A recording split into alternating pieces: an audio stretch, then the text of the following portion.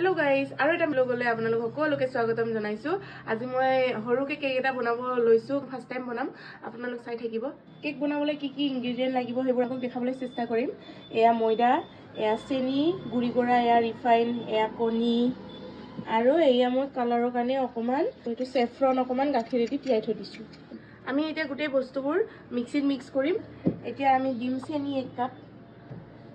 এইটো আগতে গুড়ি কৰি ললো। কণী দুটা দিছো। ফাৰ্স্ট টাইম বনাইছো কেকটো, কোৱাত ভুল ভ্ৰান্তি হলে আপোনালোকে ক্ষমা কৰি দিব। এইটো আমি ইয়াত দি দিম। কণীটো দি দিলো। এইটো আমি এতিয়া মিক্স কৰি লম ফাৰ্স্টে। এতিয়া খুলি চাম। এয়া এতিয়া আমি ইয়াত দিম ৰিফাইনটো। এতিয়া এইটো মিক্স কৰি লমগে আমি। এইটো এতিয়া অকমান ডাঠ হল, ধৰিব পাৰিছে চাগে আপোনালোকে। ডাঠ হৈ গ'ল এইটো।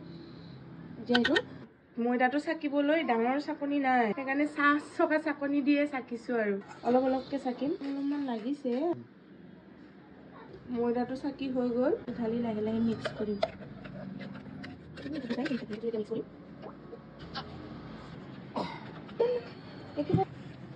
ইয়াত আৰু গাখীৰ দিব লাগিব, কাৰণ ইয়াৰ কনসিস্টেন্সিটো বহুত ডাঠ হৈ গৈছে, দেখিছেনে?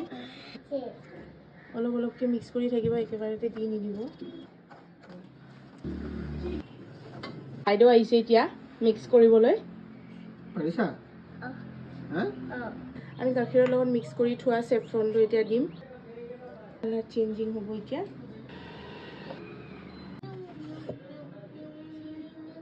বেকিং আনিবলৈ পাহৰি গলো, বেকিং পাউডাৰ আৰু বেকিং সোডা, সেইকাৰণে আমি ইনো দিছো। ইনো দিয়াৰ লগে লগে কালাৰো চেঞ্জিং হৈ গৈছে।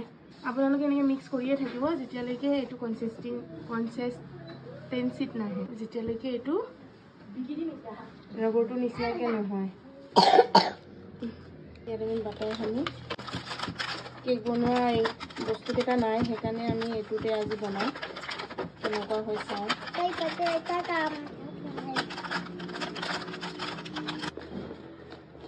এতিয়া আমি ইয়াত দি দিম।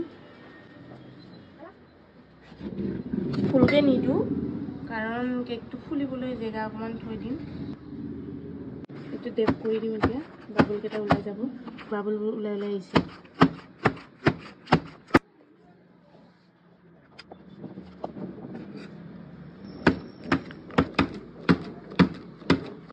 আলমণ্ড দিয়া নিদিয়াটো আপোনালোকৰ নিজৰ চইচ হয়, মই অকমান ওপৰত এনেকে দি দিম, কাটি লওঁ। এতিয়া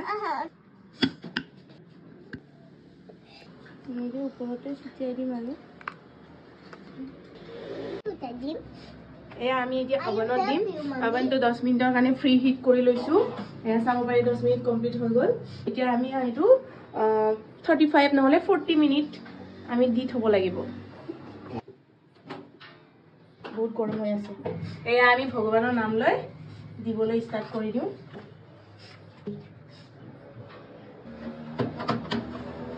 আমি ভৰাই দিলো।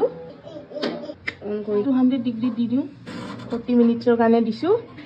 এইটো কেকটো হৈ থকালৈকে আমি এতিয়া আলু খানিব যাম। কটাৰী আৰু কড়াহী এটা লৈ ললো। আলুটো খানিব হৈছে, মানে আলুৰ গুৰিটো পুৰা শুকাই গ'ল। এতিয়া আমি চাওঁ কিমান আলু ওলাই। অকমানে ৰৈছিলো,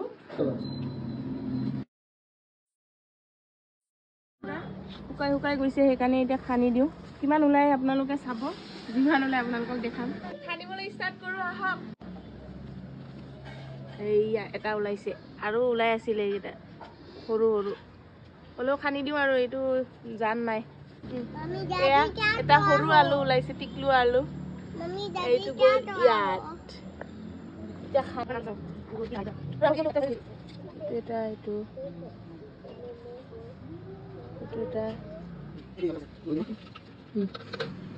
এটা পালা ন? আলু খানি শেষ হলো। এটুকুৰামান হ'ল নেকি, অকমানে লৈছিলো, বেছি ডাঙৰ হোৱা নাই, কাৰণ মাটিটো বহুত টান, তলত যাব পৰা নাই আৰু ডাঙৰো হ'ব পৰা নাই। যিমান হৈছে সেইটোৱে আৰু বহুত আমাৰ কাৰণে ভাল লাগিছে। নিজে কৰা ইমান যে ওলাইছে। যদি এইটো সোমাই চাম, যদি ইয়াত লাগি আহে তেতিয়ালৈ হোৱা নাই, যদি একো লাগি নাহে তেতিয়া হৈছেগে আৰু কেকটো।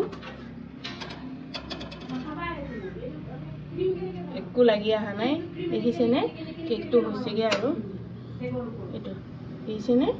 কেকটো হৈছেগে আৰু হ'লেও অলপমান টাইম থৈ দিওঁ, 10 মিনিটমান ফাইনেলি গাইছ আমাৰ কেকটো হৈ গ'ল এইটো আপোনালোকে দেখিব পাৰিছে চাগে বহুত সফট হৈছে এয়া আমি এবাৰ ভৰাই চাম এইটো একো এটা ওলাই অহা নাই মানে কেকটো হিজি গৈছে আৰু এতিয়া আমি উলাই চাম কেকটো